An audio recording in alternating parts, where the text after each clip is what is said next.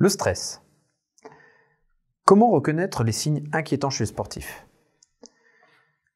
Les signes inquiétants pourraient être un sportif qui se renferme sur lui-même, un sportif qui a l'air triste ou en émotivité exacerbée, quelqu'un qui plaisante moins, un sportif qui a vécu plusieurs situations compliquées mais qui n'en parle jamais, un sportif qui a du mal à dormir ou se sent fatigué même au réveil, quelqu'un qui relâche du stress verbal ou des plaintes verbales, qui fait preuve d'absentéisme, qui a des comportements déviants, qui a un désengagement au travail, qui semble démotivé, ou quelqu'un qui est au milieu de tensions entre camarades.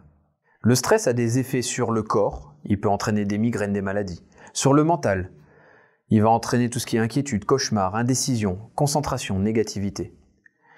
Le stress a aussi des effets sur le comportement. Il peut entraîner boulimie, perte d'appétit, maladresse, mais également aussi sur les émotions. Il peut entraîner de l'irritabilité, la dépression, un manque de lâcher-prise. La théorie du U inversé. Cette théorie s'articule autour d'une parabole qui représente les différentes stimulations et le stress qui nous anime.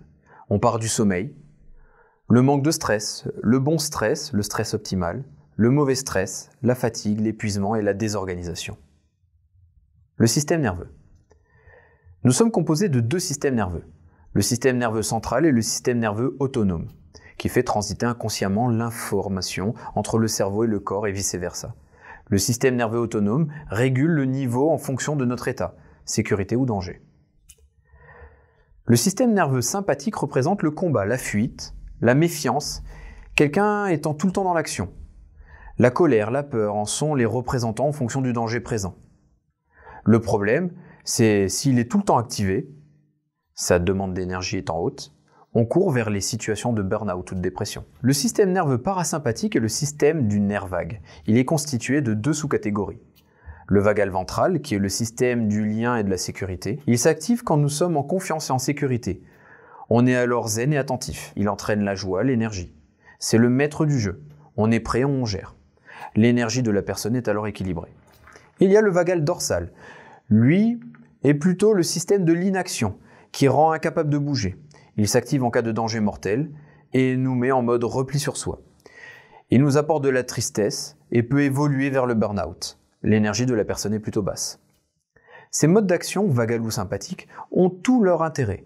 Tout le monde a un mode d'action ou deux privilégiés. L'idéal est d'associer deux modes d'action en guise de super combo. Le repos, c'est l'association vagal ventral et vagal dorsal. Mode repos, intimité, récupération, calme. Il est indispensable à l'action. Il faut savoir faire des pauses pour continuer à avancer. Le jeu, c'est l'association vagal, ventral et sympathique. Il faut alterner ces deux combos pour éviter l'épuisement.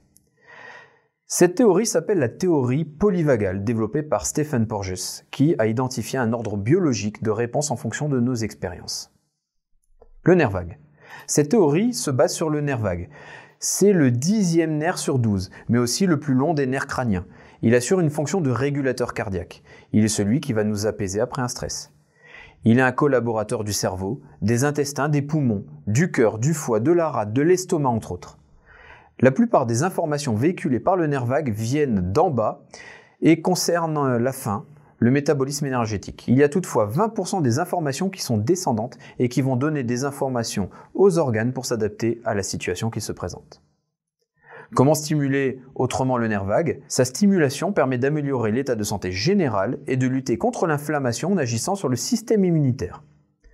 Premièrement, dans le système d'entraînement StrongFit, dont on a déjà parlé, il est préconisé d'effectuer 1 à 2 fois par semaine du cardio à très faible intensité, n'entraînant même pas de sudation, en écoutant des musiques avec des sons stimulant ce nerf vague.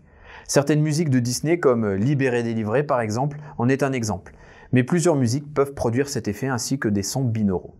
Je vous conseille d'utiliser des sons binauraux quand vous le pouvez. Deuxièmement, l'entraînement à la cohérence cardiaque permet également cette stimulation positive du nerf vague. Pour conclure, on remarque donc que les systèmes nerveux sympathiques et parasympathiques ne fonctionnent pas de manière séparée, mais toujours ensemble.